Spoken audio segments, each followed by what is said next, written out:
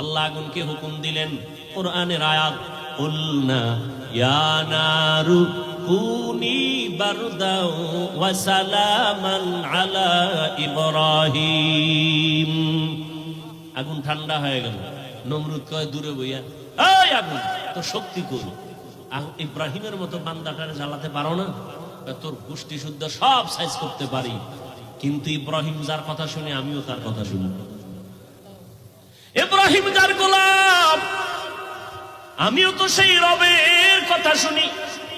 রব আমাকে হুকুম করেছেন ইব্রাহিমের একটা পশমে যেন ক্ষতি না হয়।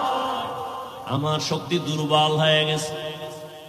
আবার আমার রব যদি হুকুম দেয় আমেরিকার সব আমি আগুন দিয়ে জ্বালায় দিতে পারি, সে ক্ষমতা রব আমারে দিলে 1 সেকেন্ডের বিষয়।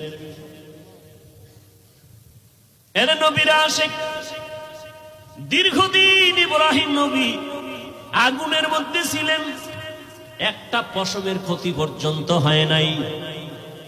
দেখছেননি আল্লাহ পারেনি সব। আপনি তো মনে করেন পানির মধ্যে পড়লে মরে যাব, আর সে পানির মধ্যে মাছের পেটে ইউনুস নবীর আল্লাহ রাখছেননি?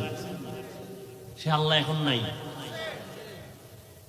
সেই আল্লাহর উপরে ভরসাটা কই? ইউনুস নবী মাছের পেটে গিয়েও তো আমার মালিকের ভুলেন নাই। আল্লাহ বলেন যে আমাকে ভুলবে না, আমিও তাকে ভুলি না।